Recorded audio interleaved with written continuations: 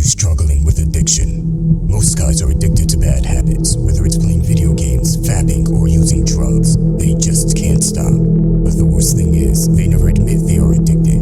Instead, they'll cope and say things like, fapping is healthy, bro. You should try it, or else you will get testicular cancer. Or video games are good for you. It improves concentration and teamwork, bro. Pathetic. The best men don't lie to themselves. They are brutally honest and admit their weaknesses, because you can only overcome addiction if you keep things real. Now, maybe you've already tried breaking your addictions. You listened to advice out there, but it just didn't work, and you keep relapsing. Listen, overcoming your addictions is a beautiful thing, but most advice out there is pure garbage. It sounds good on paper, but it doesn't actually work. This video will be the only video you'll ever need on this topic. We will go over 5 ways to quit any addiction. Number 1, cultivate hatred.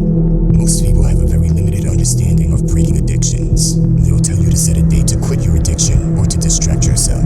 And sure, this may work temporarily until the temptations catch you off guard and you relapse again and again and again. The first step to breaking addiction isn't to avoid it. No, the first step is to cultivate deep hatred towards that activity. You heard that right. You start by using hate. The people that tell you to use robotic and strict routines to overcome addictions don't truly know what addictions are.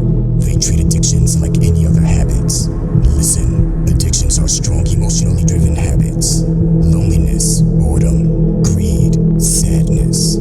All these unresolved pain points lead to your addictions. We don't choose to be addicted. What we choose to do is deny our pain. No one else will tell you this, but the best way to counter your addictions is by cultivating the most powerful emotion against it: hate. The reason why no one else ever told you this is because of 2 reasons. The first reason is because society has a very novice understanding of emotions, let alone how to use them to your advantage. The second reason is that people consider emotions like hatred and anger negative emotions, which couldn't be further from the truth. There is a time and a place for every emotion, even for hatred. Think about it. If you have a gambling or fapping addiction, love isn't going to rid you of it. Happiness isn't going to destroy your bad habits. When you want to remove weeds in a garden, you need to kill the weeds. Similarly, to kill a bad habit, you need a powerful destructive emotion: hatred. Most people don't know how to use this powerful emotion. That is why you will see them hating in YouTube comments, wasting their energy away. Pathetic. Understanding when to use certain emotions to your advantage, that is what true power is. And that's the first step to breaking any addiction. The way to do this is by thinking of as many bad consequences of your addiction and write them down. For example, if you're addicted to fapping, write down how fapping keeps you away from your potential because it absorbs your time and energy and makes you feel shameful. Write down how pathetic of a father it makes you and how it destroys your dopamine receptors, makes you depressed, and lowers your testosterone. These are just examples, but it's preferable that you go much darker than that. You see, by linking all horrible things to your addiction, you turn that addiction into your enemy. And by reading them daily, you program your subconscious brain to resent those activities. This way, even when you're caught off guard by temptations, your subconscious brain is trained to fight against it. Now, before moving on to the next way to break addictions, I want to remind you of something very important. Every addiction is linked to a strong emotion. Loneliness could lead to fapping. Greed could lead to gambling. And although hatred is an excellent way to combat these strong emotions and destroy your addictions, it doesn't get you to understand the root of the problem. You could destroy an addiction and later start a new addiction because you didn't resolve the loneliness problem. I advise you to start by using hatred to deal with your addiction instantly, but to also come back later to understand why you even had that addiction in the first place. Number 2, purpose.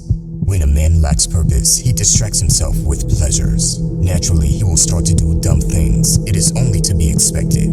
However, a man driven by a strong purpose can't waste time and energy on futile activities. Can you imagine a man like Elon Musk starting to become an alcoholic, or a UFC fighter on the way to the title fapping 9 times per day? Of course not. Their purpose doesn't allow for it. A man's desire to fulfill his purpose is 100 times stronger than his desire for meaningless distractions. Once again, no one else will tell you that this is the way to deal with your addictions. They try to give you cheap tricks and routines to avoid your addictions, but it doesn't fix you at the core of your being. Now, the reason reason why I didn't put purpose at number 1 is because it's easier to cultivate hate against your addiction than it is to find your purpose in life.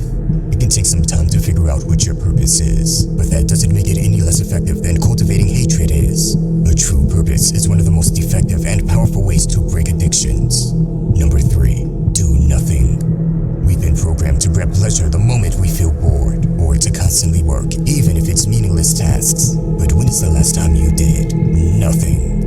When I say doing nothing, I'm not talking about stinking in your bed. I'm talking about purposefully doing nothing. Just sit.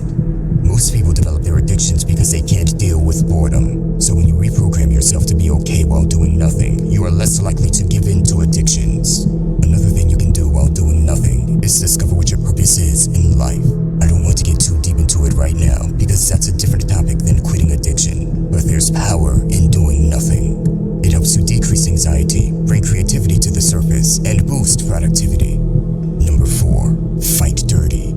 If it's a fight between temptation and willpower, the odds are always on the side of temptation. A single moment of weakness is more than enough for temptation to strike you down. The key is to sabotage temptation before the fight even begins. Stop seeing your smoking friends. Leave the junk food out of the house. Don't take your mobile in bed with you. Disconnect your internet if you have to. Whatever your addiction is, distance yourself from it as much as possible. Listen, you have to sacrifice to be able to change. Don't battle temptation with willpower. That's a last resort. Instead, defeat temptations by being witty and smart. Make it an uneven fight. Don't give your enemy an opening to pick up its sword. That's how you obliterate your temptations. In other words, change your environment and make it as difficult as possible for your addictions to lure you in. Number 5, move. The power of regular exercise to deal with addictions is often underestimated. A sedentary lifestyle is the mother of addictions, while movement is a killer of addiction. It helps you manage your mental health.